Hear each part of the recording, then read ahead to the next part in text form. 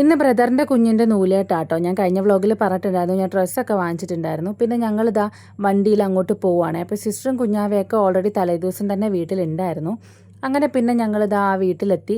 അകത്ത് വെച്ചാട്ടോ ചടങ്ങും കാര്യങ്ങളൊക്കെ നടക്കുന്നത്. അതുകൊണ്ട് തന്നെ നല്ല തിരക്കാണ്. ഞാൻ അകത്തോട്ട് കയറി നിന്നൊന്ന് കാണാനേ പറ്റുന്നുണ്ടായിരുന്നില്ല കേട്ടോ.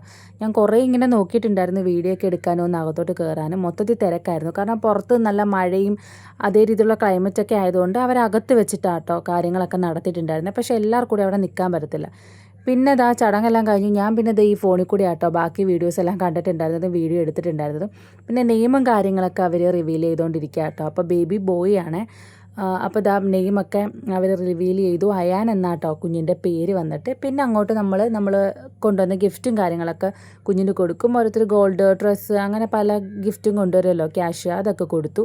അത് കഴിഞ്ഞിട്ട് നമ്മളിതാ ഫുഡ് കഴിക്കാനായിട്ട് പോവാട്ടോ. അപ്പോൾ ഇതാ ഇവിടെയാണ് ഫുഡും കാര്യങ്ങളൊക്കെ സെറ്റ് ചെയ്തിട്ടുണ്ടായിരുന്നത്. തൊട്ടടുത്തൊരു വീടിൻ്റെ ടെറസാട്ടോ. പിന്നെ കുറച്ച് ആളുകൾക്ക് താഴെയും അവർ ചെയറൊക്കെ ഇട്ടിട്ടുണ്ടായിരുന്നു. അപ്പോൾ ഞങ്ങൾ നേരെ മുകളിലോട്ടാണ് വന്ന് കയറിയിട്ടുണ്ടായിരുന്നത്. ബിരിയാണി ഉണ്ടായിരുന്നു, ഊണുണ്ടായിരുന്നു. അപ്പോൾ ഞങ്ങൾ ബിരിയാണി ആയിരുന്നു കഴിച്ചിട്ടുണ്ടായിരുന്നത്. വേഗം ഫുഡ് കഴിച്ചിട്ട് ഞങ്ങളിതാ ബസ്സിൻ്റെ അടുത്തോട്ട് പോവുകയാണ്. അപ്പോൾ ആദ്യത്തെ ബസ്സിൽ തന്നെ വീട്ടിൽ വരാമെന്ന് കരുതി 2 ബസ് ഉണ്ടായിരുന്നു. കാരണം മോളുമായിട്ട് മഴയ്ക്ക് മുന്നേ വേഗം വീട്ടിലെത്താമല്ലോ എന്ന് കരുതി. പിന്നെ നേരെ ബ്രദറിൻ്റെ വീട്ടിൽ വന്നു. അവിടുന്ന് കിട്ടിയതാട്ടോ ദാ ഈ ഒരു ചെടി. എനിക്ക് നല്ല ഇഷ്ടമാണ്. ഇതിൻ്റെ പേരും കാര്യങ്ങളൊന്നും അറിയത്തില്ല. പിന്നെ ദാ ഈ ഒരു ചെടിയും എവിടെ പോയാലും ചെടി പിച്ചുന്ന സ്വഭാവം പിന്നെ എനിക്കുണ്ട്. അങ്ങനെ കളക്ട് ചെയ്തതാണ്.